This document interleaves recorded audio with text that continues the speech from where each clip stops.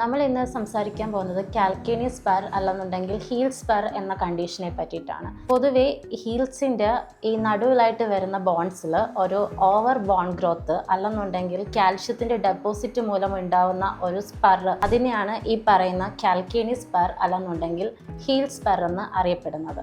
ഇത് mainly cos ചെയ്യുന്നത് നമ്മുടെ ഒബേസിറ്റി, അതായത് ശരീരഭാരം മൂലം, പിന്നെ ഏജിൻ്റെ പ്രശ്നം കൊണ്ടുണ്ടാവും, അതുപോലെ ആക്ടിവിറ്റീസ് ഓവർ യൂസ് ആവുന്നത് മൂലവും ഉണ്ടാവും. അതായത് പ്രൊലോങ്ഡ് സ്റ്റാൻഡിങ്, റണ്ണിങ്, ഇങ്ങനത്തെ കോഴ്സുകൾ മൂലം ഈ പറഞ്ഞ കാൽക്കേനിയസ് സ്പർ നമുക്ക് ഉണ്ടാവാറുണ്ട്. ഇതിൻ്റെ ഒരു കുറച്ച് സിംറ്റംസ് എന്ന് പറഞ്ഞു കഴിഞ്ഞാൽ അതിലൊരു മെയിൻ സിംറ്റമാണ് നമ്മുടെ ഹീൽ പെയിൻ എന്ന് പറയുന്നത്. അപ്പോൾ നമുക്ക് നമ്മുടെ ഹീൽസിൻ്റെ നടുവിലായിട്ട്, അതായത് ഒരു കുത്തിക്കൊള്ളുന്ന ടൈപ്പ് പെയിൻ, അതായത് നമ്മളിപ്പോൾ ഏതെങ്കിലും ഒരു സ്ഥലത്ത് ഇരുന്നതിന് ശേഷം പെട്ടെന്ന് ഒരു സ്റ്റെപ്പ് എടുത്ത് നമ്മൾ നടക്കാൻ നോക്കുമ്പോൾ ഹീൽസിൻ്റെ അണ്ടറിലായിട്ട് ഒരു സ്റ്റാബിങ് പെയിൻ, നമുക്ക് ഷാർപ്പായിട്ടൊരു സ്റ്റാബിങ് പെയിൻ വരുവാണെന്നുണ്ടെങ്കിൽ അത് ഇതിൻ്റെ ഒരു സിംറ്റമായിട്ട് നമുക്ക് കണക്കാക്കാം. പിന്നെ ഇതിന് നമ്മൾ പറഞ്ഞ രീതിയിൽ കുറച്ച് ട്രീറ്റ്മെൻറ്റ്സ് ഉണ്ട്. അതിലൊന്ന് പ്രോപ്പർ മെഡിക്കേഷൻസ് വരും.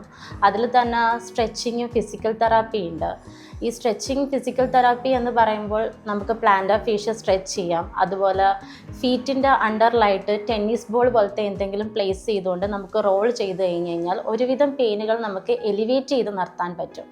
പിന്നെ അതുപോലെ പ്രോപ്പർ മെഷർമെൻറ്റ്, നമ്മൾ വെയർ ചെയ്യുന്ന ഷൂസ് ഉണ്ട്, ആ ഷൂസിൽ തന്നെ ആർച്ചസോ അതുപോലെ ഹീൽസ് പാഡോ ഒക്കെ നമ്മൾ വെച്ച് കഴിഞ്ഞ് കഴിഞ്ഞാൽ ഒരു കുഷ്യനിങ് എഫക്റ്റ് നമുക്ക് ക്രിയേറ്റ് ചെയ്യാം. അതുവഴി അവിടുത്തെ സ്ട്രെയിൻ കുറച്ച് ഫുട്ടിലത് റിലീവ് ചെയ്യാനും നമുക്ക് പറ്റും. പിന്നെ അഡ്വാൻസ്ഡ് ഫിസിയോതെറാപ്പിയിൽ വരുന്ന ഒരു ട്രീറ്റ്മെൻ്റ് ആണ് ESWT ട്രീറ്റ്മെൻറ്റ്, അതായത് extra corporal shock wave therapy എന്ന് പറയും.